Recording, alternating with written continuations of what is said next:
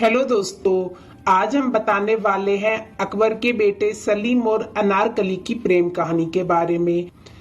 अकबर ने अपनी शान के लिए अपने बेटे सलीम और अनारकली की प्रेम कहानी को हमेशा के लिए मिटा दिया था, लेकिन इतिहास में उनकी प्रेम कहानी हमेशा के लिए अमर हो गई थी। चलो जान लेते हैं अकबर इस रिश्ते से नाखुश क्यों था और क्यों अनारकली से नफरत करने लगा था। चलो दोस्तों, वीडियो के अंत तक जरूर बने रहें और जो नए यूजर है प्लीज सब्सक्राइब कर दे और साथ में बेल आइकन जरूर दबाएं ताकि आने वाली वीडियो आप तक पहुंच जाए। चलो वीडियो शुरू करते हैं।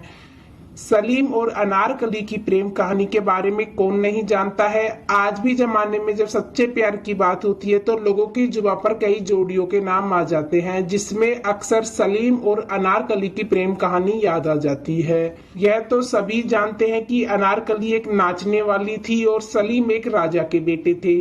इसी वजह से इनकी प्रेम कहानी के सबसे बड़े दुश्मन खुद अकबर थे।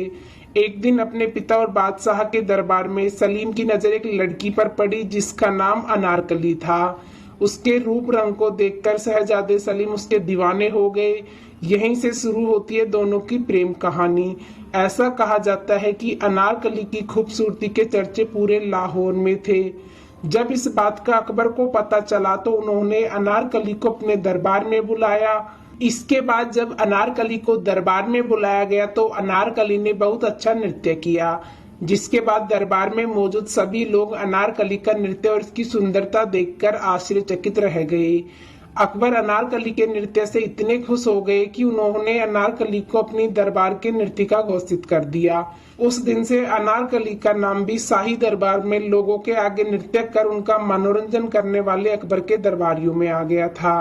अकबर के दरबार में अनारकली को नृत्य करता देख शहजादे सलीम को अनारकली से प्यार हो गया। वहीं अनारकली भी खुद को सलीम से प्यार करने से नहीं रोक पाई।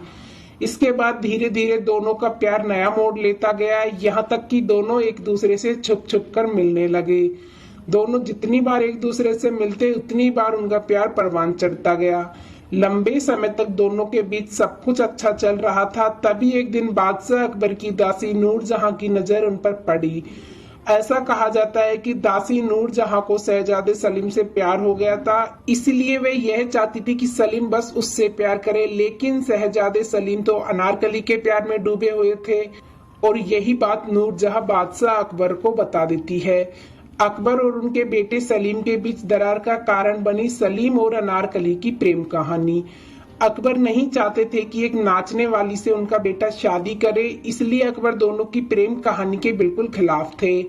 यह बात हर पल अकबर को बार बार खटक रही थी, क्योंकि अगर ऐसा हो जाता तो यह मुगल सल्तनत के लिए बहुत शर्मनाक बात होती।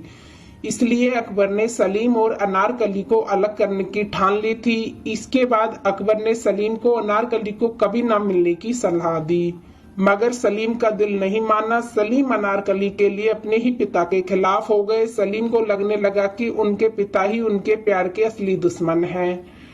बात इतनी बिगड़ गई कि शहजादे सलीम ने अपने पिता के खिलाफ ही जंग का ऐलान कर दिया। इसके बाद पिता और बेटे में घमासान युद्ध हुआ, मगर आखिरी में शहजादे सलीम अकबर की सेना के सामने हार गए। इसके बाद अकबर ने अपने ही बेटे को बंदी बना लिया। कहा जाता है कि अकबर ने इसके बाद सलीम के आगे दो सुझाव रखे। एक, या तो वह अनारकली को छोड़ दे वरना मौत को गले लगा ले। सलीम भी अपने प्यार के लिए मरने को तैयार हो जाते हैं, लेकिन इससे पहले ही अनारकली सलीम के प्यार के लिए अपनी जिंदगी कुर्बान करने को राजी हो जाती है। इसके बाद अकबर ने अनारकली को सलीम के दिल और दिमाग से दूर करने के लिए उसी की आंखों के सामने एक दीवार में अनारकली को जिंदा दफना दिया।